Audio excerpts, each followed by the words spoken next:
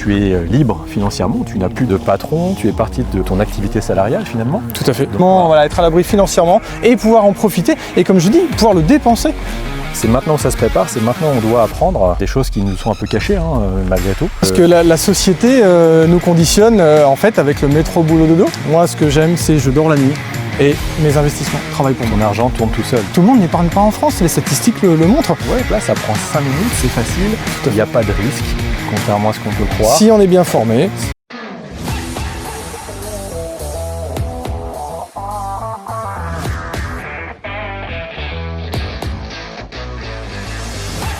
Salut les amis, je suis content de vous retrouver dans cette nouvelle vidéo.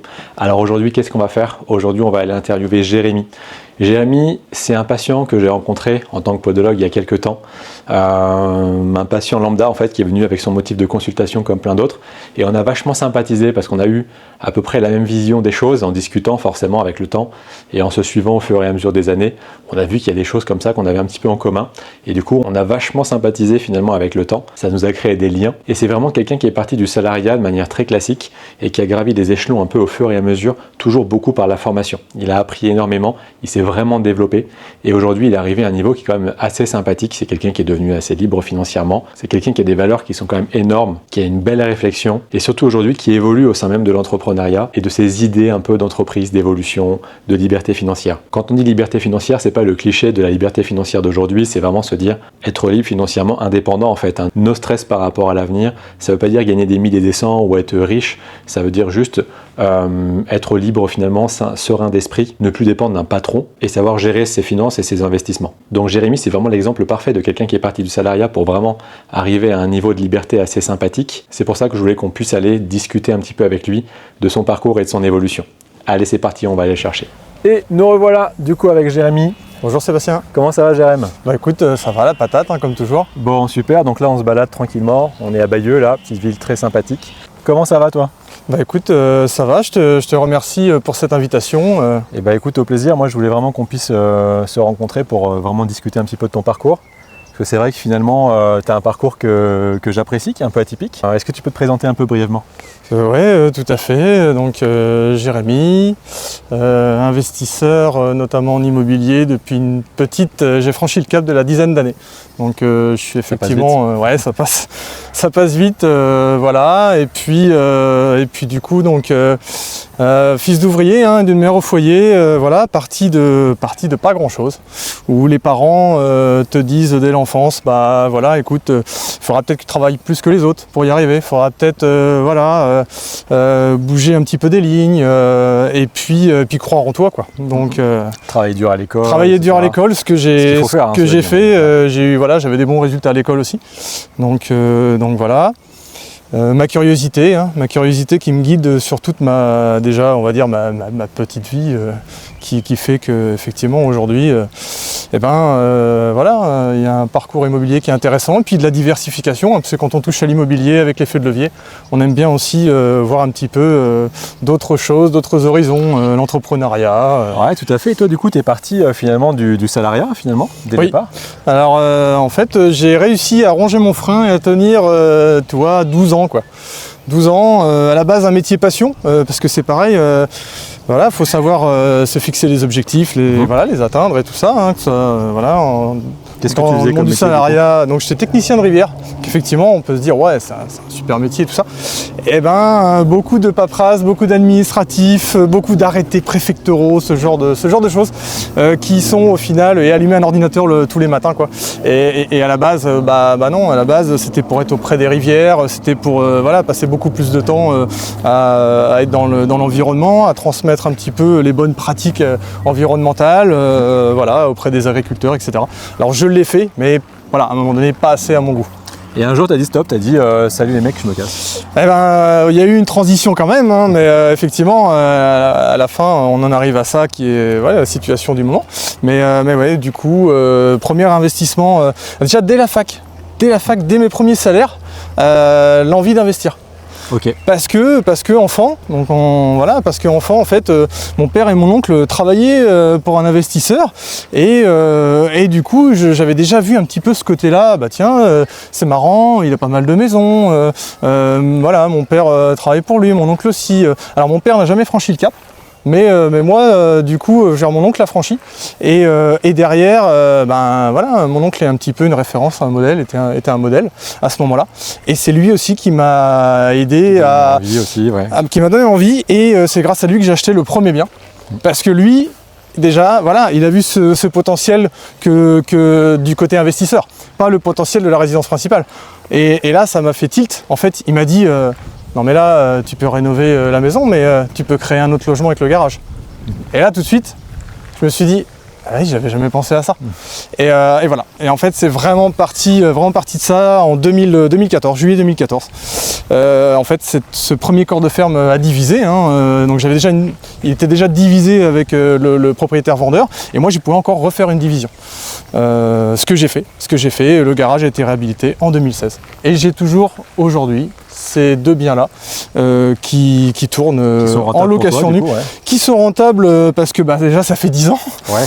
J'avais un petit prêt de 15 ans, les taux étaient plus bas, j'ai fait tous les travaux, comme tu le sais, je fais la majorité de mes travaux moi-même. Ça, c'est vrai que c'est un avantage. Ouais. Voilà, et si tu veux, à l'époque, imagine pour la deuxième maison, le garage là, en fait j'ai une maison de vraiment partie de rien, même la couverture, la toiture, il n'y avait que 4 murs.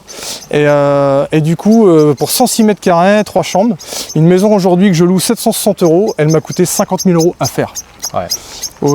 Aujourd'hui c'est pas possible. Mon dernier appartement, comme tu sais, là où j'ai mis 1 an et demi pour le faire, de 45 mètres carrés, m'a coûté 50 000 €. Donc voilà, après il faut toujours, il faut investir. Il n'y a pas forcément, on dit toujours qu'il n'y a pas de moment, et c'est vrai. Mais moi c'est juste dans mon cas, voilà, pour une rétrospective sur 10 ans où mon appartement est rentable aussi aujourd'hui parce que je ne suis pas en location nue, je l'ai mis en courte durée, je l'exploite, je l'exploite moi-même et comment donc c'est d'autres ficelles. Mais ça te permet vraiment d'avoir quelque chose qui te rend aussi un peu indépendant de tout ça, quoi. Tout à fait. Quand est-ce que tu as quitté ton boulot, du coup ? Et du coup, avec les élections, là j'ai un mandat d'élu, j'ai 2 mandats d'élu, mandat électif, et du coup en 2020. D'accord, ok. Donc ça s'est fait d'ailleurs aussi dans mon travail de salarié. L'avantage, c'est que je suis parti, j'étais déjà à 50% depuis 2 ans avant. Et oui. Oui, si tu te souviens, exactement. Donc je suis parti. Petit à petit, finalement, tu as fait une petite transition douce. Ouais, c'est ça. Et je pense que c'est une bonne option.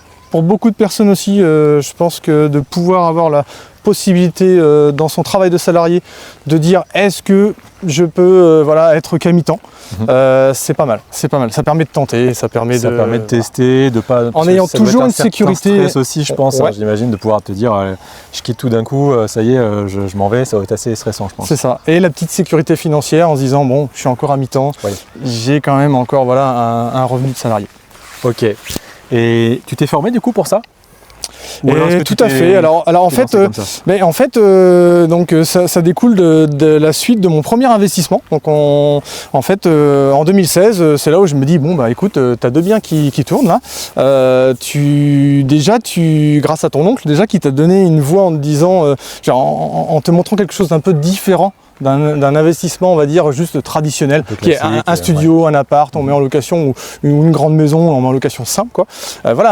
Déjà, il m'a montré qu'il y avait des ficelles de levier, et j'ai dit, tiens, là, ça y est, je vais aller explorer. Il y a Internet aujourd'hui qui peut permettre quand même beaucoup de choses. On est de cette génération-là. C'est l'avantage qu'on a, c'est qu'avec le numérique, on a accès à l'information. C'est ça. Donc c'est vraiment un gros plus pour nous, quoi. Et du coup, j'ai commencé à effectivement à aller regarder les premiers youtubeurs, Olivier Seban, Michael Ferrari. Voilà, c'est des personnes qui m'ont. Et il faut des personnes inspirantes.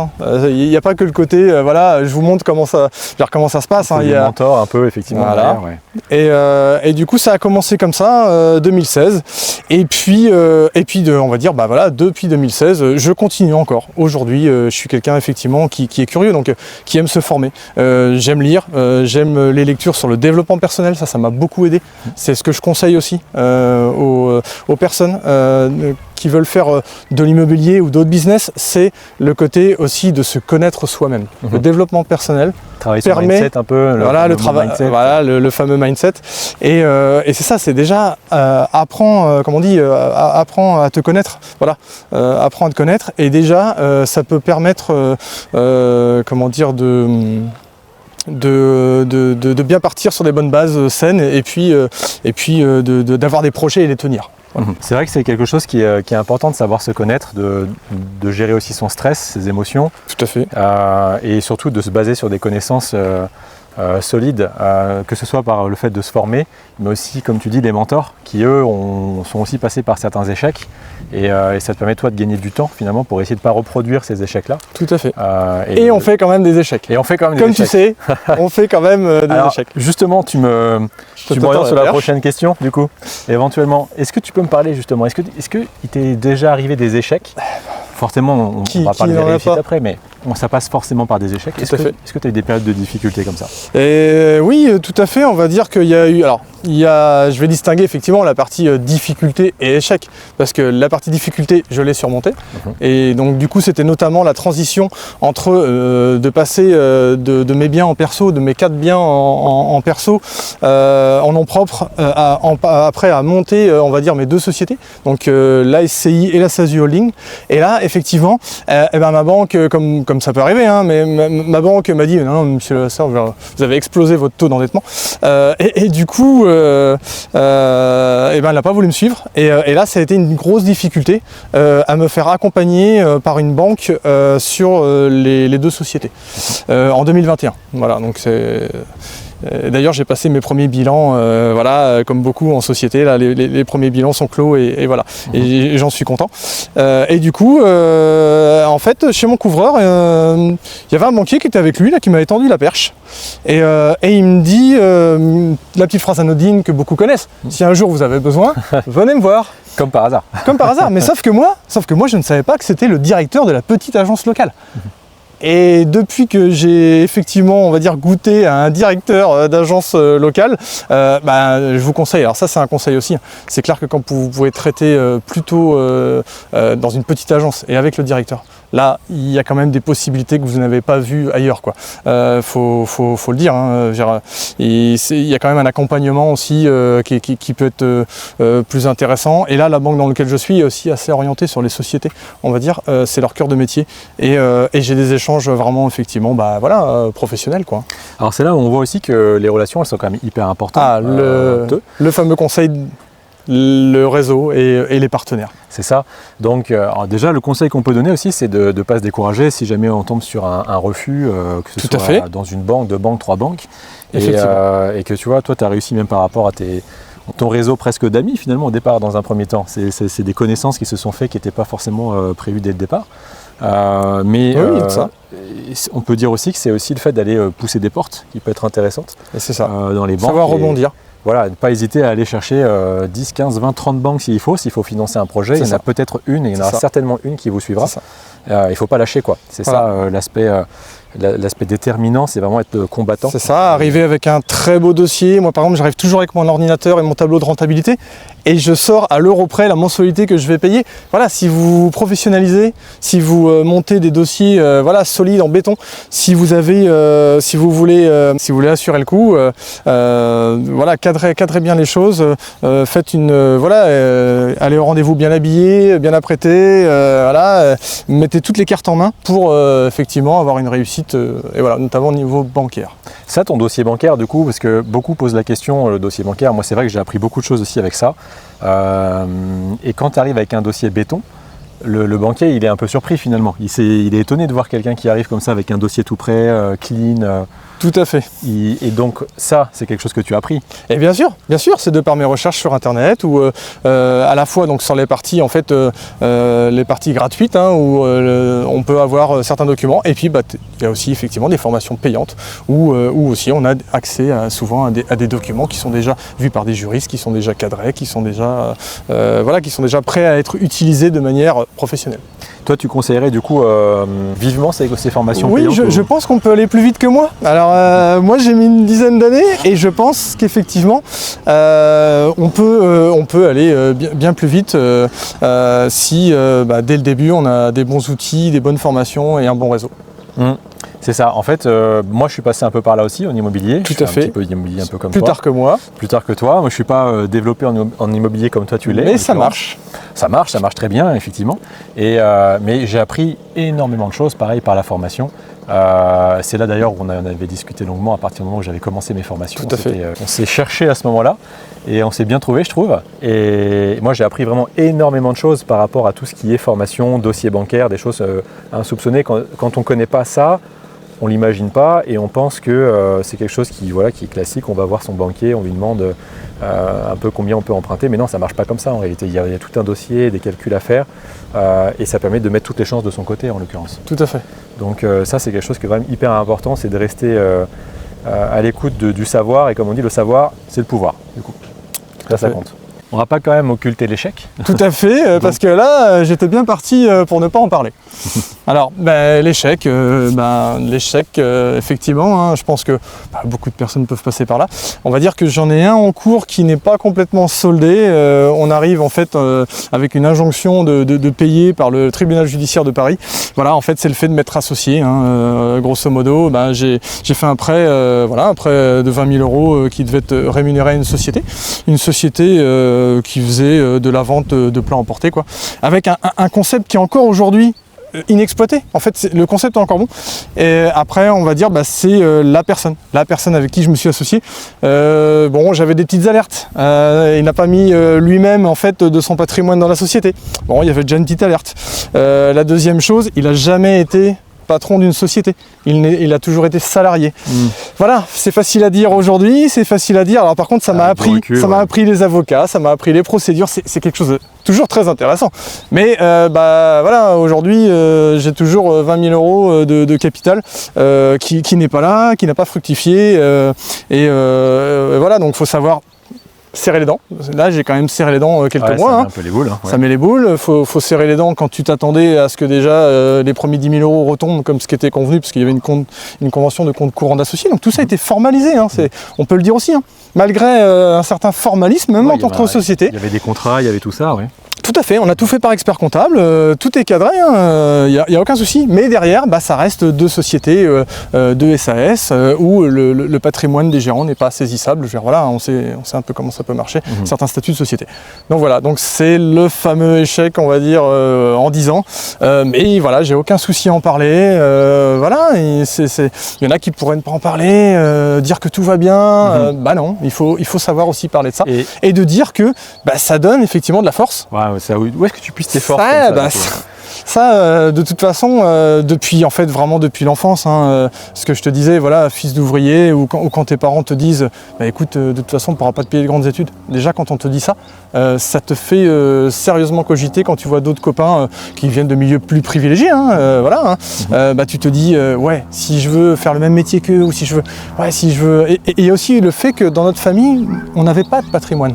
Et ça, c'est de se dire, je vais commencer et je vais continuer. Voilà la force. Voilà aussi de se dire, construire quelque chose qui jusque-là n'existait pas. Tout à fait. Ouais. Et pouvoir transmettre. Du coup, je suis un heureux papa. On a eu beaucoup de mal à concevoir avec ma femme. C'est encore une étape de la vie, et aujourd'hui, elle est réussie. Et du coup, la petite anecdote, c'est aussi que, au moment où je me forme en 2021, je prends la formation, donc du coup, une formation en pack complet, comme ce que tu peux proposer, Sébastien. Du coup, et là, c'était pour un montage. C'est plus pour les podologues, moi, c'est pas pour l'immobilier. Voilà, tout à fait. Mais je veux dire, c'est grâce à une formation en fait de création de la SCI et de la SASU, et en plus de savoir comment gérer ça. Grâce à cette formation, au moment de créer ma SCI, à la base, je devais le faire qu'avec la SASU et moi-même. Et au final, j'ai intégré ma fille, j'ai attendu 6 mois. C'est la vérité, j'ai attendu 6 mois, je lui ai fait sa carte d'identité, je lui ai fait sa petite photo pour sa carte d'identité, et dès qu'elle a eu que quelques jours, elle est devenue l'associée de ma société. Et du coup aussi, ce qu'on peut dire, ce qui est très important, préparer la suite, préparer l'avenir. Aujourd'hui, malheureusement, je peux avoir un accident, je peux décéder, je peux partir. J'ai pas trop de choses à me soucier parce que c'est des parts de société. Et du coup, on va dire que c'est assuré derrière, même au niveau préparer l'avenir, c'est hyper important, tu vois. Alors, tu parlais des formations. Moi, effectivement, c'est un niveau podologique, c'est mon métier, c'est ma passion. Mais dans cette formation, l'idée, c'est de préparer l'avenir. Parce qu'effectivement, aujourd'hui, on commence à on arrive à la quarantaine, effectivement. Tout à fait. Donc, on n'est pas vieux, mais, mais on a une génération qui passe là. tout à fait. Et au départ, je pense qu'on était tous pareils. On disait voilà, on profite de la vie, on verra plus tard, la retraite, etc. Alors qu'en fait, non, c'est maintenant où ça se prépare. C'est vraiment maintenant où ça se prépare. Moi, je l'ai vraiment toujours abordé cette histoire, je vous dis, genre, dès la fac, le fait que je ne voulais pas être comme mon père. Donc voilà, mon père qui est aujourd'hui décédé, qui avait 54 ans. Voilà, je voyais déjà que quand il était encore de son vivant, qu'il peinait, qu'il fatiguait, qu'il voulait plus sortir, qu'il était usé par le travail. Et voilà, et moi c'est vrai qu'il y a ce côté-là aussi, et on en revient un peu à l'histoire de la force, mais le côté de se dire, des fois il y a des belles valeurs de ses parents qu'on veut garder et copier, et des fois il y a des choses qu'on veut surtout pas reproduire. Et notamment ce côté, de pouvoir en fait être à l'abri assez rapidement, être à l'abri financièrement et pouvoir en profiter et comme je dis, pouvoir le dépenser. C'est-à-dire que moi j'ai une vision à commencer à vendre des biens immobiliers dans quelques années pour dire profiter de la vie. Exactement. Tout à fait. C'est ça. Parce qu'en fait, on a l'impression qu'on profite maintenant, mais en fait, on se tire une balle dans le pied dans le sens où plus le temps passe, plus on se limite finalement dans nos possibilités et finalement on se retrouve pour ceux qui arrivent à la retraite des fois qui ne sont pas bien préparés avec une vie compliquée quoi en l'occurrence. C'est maintenant que ça se prépare, c'est maintenant on doit apprendre des choses qui nous sont un peu cachées malgré tout. Pourquoi ? Tout à fait, parce que la société nous conditionne en fait avec le métro boulot dodo. Voilà, c'est ça. Moi, il a fallu que de par justement aussi les lectures sur le développement personnel, mais il a fallu que je déconstruise ces schémas-là. Parce que c'est clairement des schémas, on veut faire des bons petits soldats, des bons travailleurs. Alors ça se comprend, bien sûr qu'on peut le comprendre.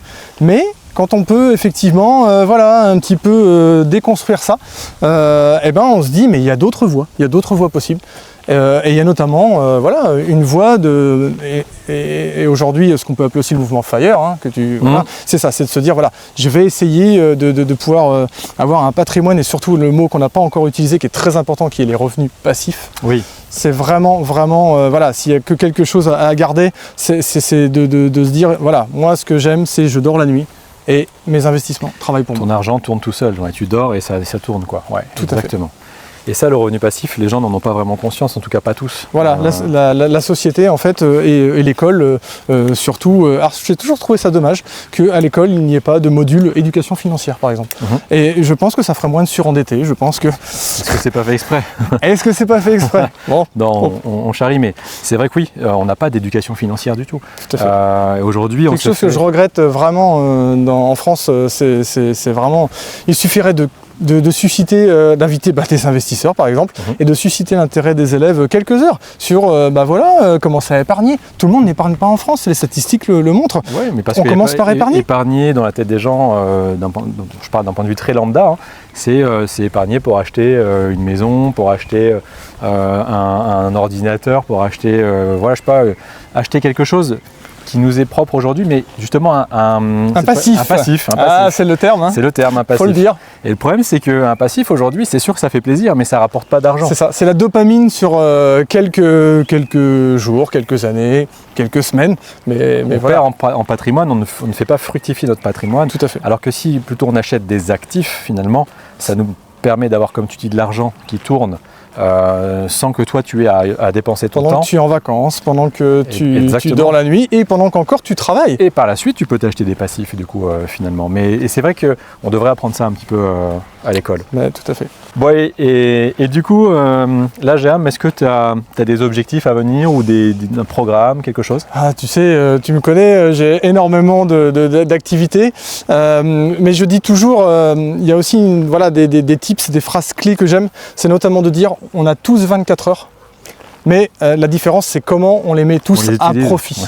Et ça, c'est quand même... c'est avec ces phrases-là qu'on avance, en fait. Voilà, retenez aussi, il vous faut des tips, des phrases comme ça. Des phrases vraiment, allez, on y va. Pareil, pas de procrastination. Ça, c'est quand même hyper important. Oui, ne remettez pas au lendemain. Il faut vraiment y aller. Et du coup, donc oui, voilà, j'ai différentes envies. Et notamment, voilà, c'est pas parce que j'ai eu un premier échec que je ne veux pas avoir une autre phase d'association avec un nouvel associé ou plusieurs associés.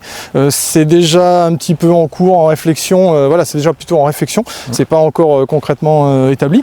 Mais oui, pour forcément, ça peut être par exemple pour des projets immobiliers à deux dans une SCI avec des capacités financières, ça peut être voilà, relever encore de moi alors. On sait pas. On n'en a pas parlé. Mais effectivement, ça peut être des associations donc voilà, à deux sur des SCI où voilà, je me vois encore aussi potentiellement, moi ça fait déjà quelques années que ça me titille, je sais que ça serait de reprendre une entreprise parce qu'il y a beaucoup de cédants qui arrivent en retraite et des entreprises, moi je veux reprendre une entreprise forcément qui fonctionne, qui dégage du bénéfice, ça c'est important. Et aujourd'hui, ça fait déjà 2-3 ans que je commence à regarder un petit peu les affaires à céder. J'ai pas encore forcément trouvé voilà, c'est celle qui me convient ou tu regardes de temps en temps des fois. Oui, je regarde de temps en temps sur Session PME, ce genre de site. Mais ça ouais, c'est quelque chose qui me plairait en fait pour diversifier parce qu'on n'en a pas forcément encore parlé, mais c'est aussi intéressant de diversifier. Alors moi personnellement je pense que l'immobilier est plutôt voilà, dans la diversification, dans ses revenus, c'est pas mal de le mettre en premier et effectivement après voilà, il y a les PEA, il y a les comptes titres ordinaires, il y a les assurances vie, le côté voilà, ce côté placement que tu connais comme moi, dont on en a aussi déjà. Alors qu'on apprend beaucoup aussi dans la formation, même en podologie, là, le pack dont tu parlais tout à l'heure en formation en podo, ça fait partie d'une prise en charge, à mon sens, obligatoire, tout à fait, professionnelle. C'est-à-dire qu'on parle bien de formation professionnalisante, on est d'accord. Et les statistiques montrent que de toute façon, la bourse est l'un des enrichissements qui marche très bien sur le long terme. Si, voilà, par exemple, des actions à dividendes, des choses assez simples ou plus techniques, mais donc tu as ça.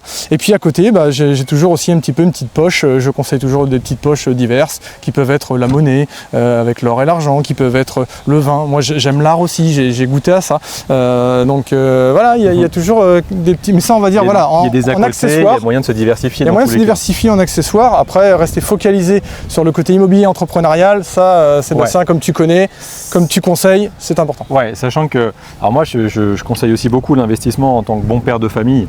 Voilà, les actions à dividendes. Par exemple, dividendes, bourse, les ETF qu'on peut connaître maintenant, ce sont des choses qui sont hyper accessibles, qui sont faciles, qu'on devrait tous connaître. On en revient grâce à Internet. Parce au numérique. Et donc ce sont des choses qu'il faut savoir mettre en place. Ça prend 5 minutes, c'est facile, il n'y a pas de risque. Contrairement à ce qu'on peut croire. Si on est bien formé. Il n'y a pas de risque et on fait son patrimoine, on prépare son patrimoine, on prépare sa retraite. Pour ça, il faut effectivement une entreprise, il faut un tracteur, quelque chose qui dégage de l'argent pour pouvoir effectivement investir. L'effet de levier, exactement, le capital. Et à partir de là, accélérer sa liberté financière, même si j'aime pas trop ce mot.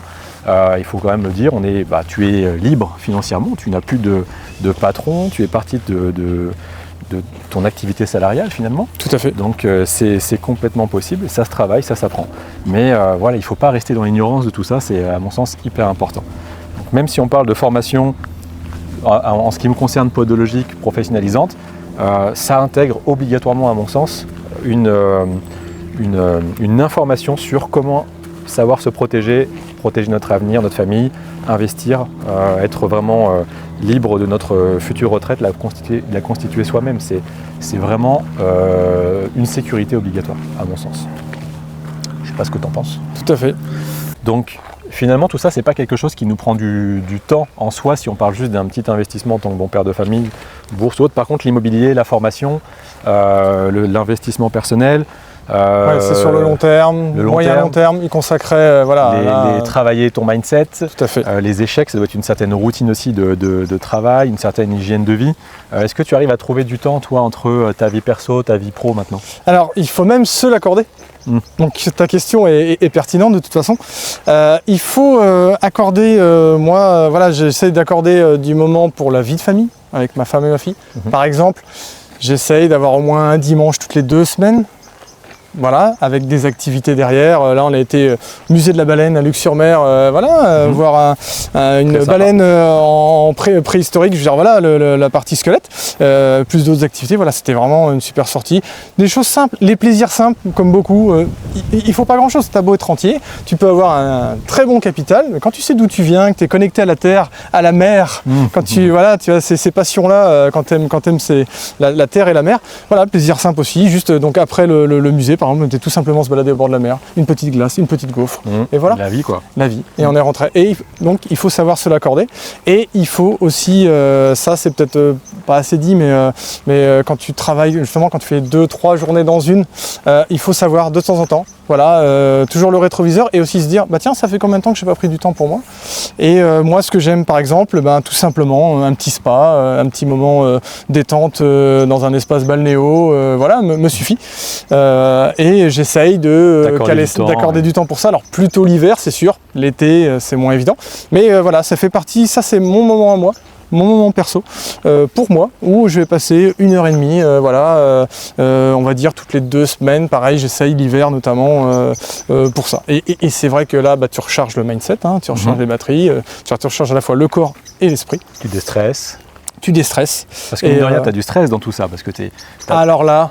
T'as pas la sécurité d'un emploi. Tout à fait. Là, ça c'est clair, c'est clé. Hein. Ça veut dire que oui, tu es libre. Oui, tu peux faire une sieste quand tu en as envie, et ce que j'aime faire. Donc de temps en temps, la sieste en semaine, il n'y a personne qui va t'embêter et c'est à toi de repartir derrière. Et d'ailleurs, faut faire une petite sieste, pas très longue, mais par contre, oui, derrière ça, c'est un stress qui est complètement différent d'un revenu qui tombe à la fin du mois grâce au salariat. Je veux dire, d'être entrepreneur, c'est toi qui gères. Ouais, c'est toi le patron à bord. Et du coup, si tu as merdé, tu dois effectivement prendre conscience des échecs, ou tu dois, alors aussi, d'avoir des objectifs, comme moi j'ai, et notamment dans l'immobilier entrepreneurial, ça peut être un peu différent, quoique, d'avoir des objectifs, on va dire déjà sur l'année. Moi déjà, je sais souvent, je fixe déjà mes objectifs immobiliers pour l'année d'après. L'année dernière, cette année, je suis pile poil dedans. Et là, je suis... Alors des fois, tu peux avoir un mois de retard, 2-3 mois, mais le but déjà d'avoir des objectifs comme ça, moyen terme, sur une année, justement, c'est aussi pour le côté perso et vie perso avec sa famille. De se dire, voilà, j'avais ma feuille de bord, j'ai respecté mon plan. Ok, donc du coup, effectivement, ce dimanche-là, je peux m'accorder ça. C'est très important d'avoir des feuilles de bord, d'avoir des objectifs, mais réellement, hein, et de les écrire. On parlait de l'écrit tout à l'heure ensemble. L'écrit, vous l'écrivez, vous regardez de temps en temps, voilà, même sur l'ordinateur, vous regardez, est-ce que je suis dedans ou pas? Et oui, du coup, ça aide aussi à la vie pro et perso, le fait déjà de se fixer des objectifs, de les atteindre. Et là, tu as encore aussi une phase de déstress ou dopamine. Ouais, j'ai atteint mon objectif. Hop. Parce que le risque, en fait, c'est quoi? C'est de vouloir en faire toujours un peu trop, finalement. Et donc, pour ça, le temps, comme tu dis, il n'y a que 24 heures, il faut savoir les utiliser. Mais si tu as envie d'en faire, tu commences à finir par bosser des heures et des heures après. Et c'est ça, certains disent, en fait, c'est pas parce que tu as quitté le salariat que tu dois t'enchaîner, en fait, en tant que patron et travailler, c'est ça, en étant enchaîné. Et alors, bon, pareil, c'est des choses un peu clés, hein, comme je dis, mais il y a l'histoire du taux horaire. Donc voilà, ça c'est pareil. Quand on fait un petit peu d'éducation financière ou de choses comme ça, c'est ça, c'est de se comparer. Voilà, en salarié, mon taux horaire c'était quoi? Je suis patron, mon taux horaire c'est quoi? Oui, mais voilà, taux horaire en comprenant les revenus passifs, etc. Où j'en suis. Et c'est là aussi que tu peux te dire, voilà, effectivement, ce mois-là, je sais que je vais avoir des rentrées sur tel type d'activité. Bon, voilà, comme typiquement, c'est ce qu'on en parlait. Je suis au mois de juin, on a eu le D-Day chez nous. Mon mois de juin, et on est déjà en éco, voilà, le 10 juin. Et je peux me permettre, là, donc je suis indépendant, mais je peux me permettre de lever le pied. Parce que je sais que déjà, j'ai déjà bien loué. Voilà. Tu as atteint tes objectifs du mois, quoi. J'ai atteint mon objectif du mois. Ok. Voilà, tout à fait. Et ça, c'est beau. Et c'est agréable, et je peux notamment faire profiter de l'appartement. Là, j'ai pas forcément des réservations. Je peux notamment faire profiter, et c'est ce qui va être le cas, mes anciens locataires, par exemple, avec qui voilà, j'avais sympathisé et que ça se passait très bien, pour venir revoir leur sœur sur Bayeux. Donc tu vois, et ça me fait plaisir. Ça me fait plaisir. Ah, c'est top, c'est super cool ça. Ça te permet de faire des choses en plus que tu aurais peut-être pas imaginé faire avant en plus. C'est ça. Sympa. Ouais. C'est ça. Bon, génial. Génial. Écoute, Jérémy, une belle histoire. Moi, j'adore. du coup. C'est vraiment la vie entrepreneuriale, c'est les échecs, la réussite. Donc je trouve ça vraiment bien. Merci d'avoir pris du temps. Merci à toi Sébastien. Qu'est-ce que je peux te souhaiter pour la suite? Eh ben, de continuer à développer les beaux projets dont tu as pu entendre, dont tu as entendu parler. Et puis aussi, on parlait de lever le pied. Aussi à ce côté où moi je m'étais fixé, c'est d'ailleurs un de mes objectifs, j'ai 37 ans, dans 3 ans j'ai 40 ans. Et je me suis dit que en ayant 40 ans, c'est de profiter plus des revenus passifs, de moins charbonner, de moins travailler, de moins faire des grosses journées. Et du coup, de pouvoir notamment, comme tu le sais, pêcher en mer. J'aime déjà pêcher en mer, mais il y a forcément des séjours que je n'ai pas fait. Il y a la Norvège, il y a les pays, les poissons tropicaux, notamment là j'ai un ami qui est à Mayotte. Faut que voyager un petit peu aussi. Voilà, c'est ça. En fait, il y a ce côté où j'ai pas encore beaucoup voyagé et j'aimerais pouvoir m'autoriser ça. Et notamment aussi, forcément, avec ma fille qui va grandir, de pouvoir lui faire découvrir le monde. Ça, c'est un des objectifs vraiment qui est important pour moi. C'est presque un objectif de retraité, ça. Ouais, si on veut, mais il y aura toujours, il y aura toujours, les sociétés qui tournent, il y aura toujours des projets d'association, il y aura toujours, tu me connais, je suis quand même quelqu'un qui est en émulation quand même permanente, donc il y aura ça. Et il y a aussi depuis quelques années peut-être 6 mois de l'année, être sur une île grecque justement avec un bateau, notamment l'hiver, parce que bon en Normandie ça se réchauffe, mais ça peut cailler un peu. Mais il fait encore de temps en temps, un temps qui est pas forcément, qui fait pas forcément super chaud. Et donc ça peut être, c'est dans mes projets. C'est de beaux projets en tout cas. Merci Sébastien, Écoute, Jérémy, merci à toi. Merci au Podologue. À la prochaine. Ciao mec, salut.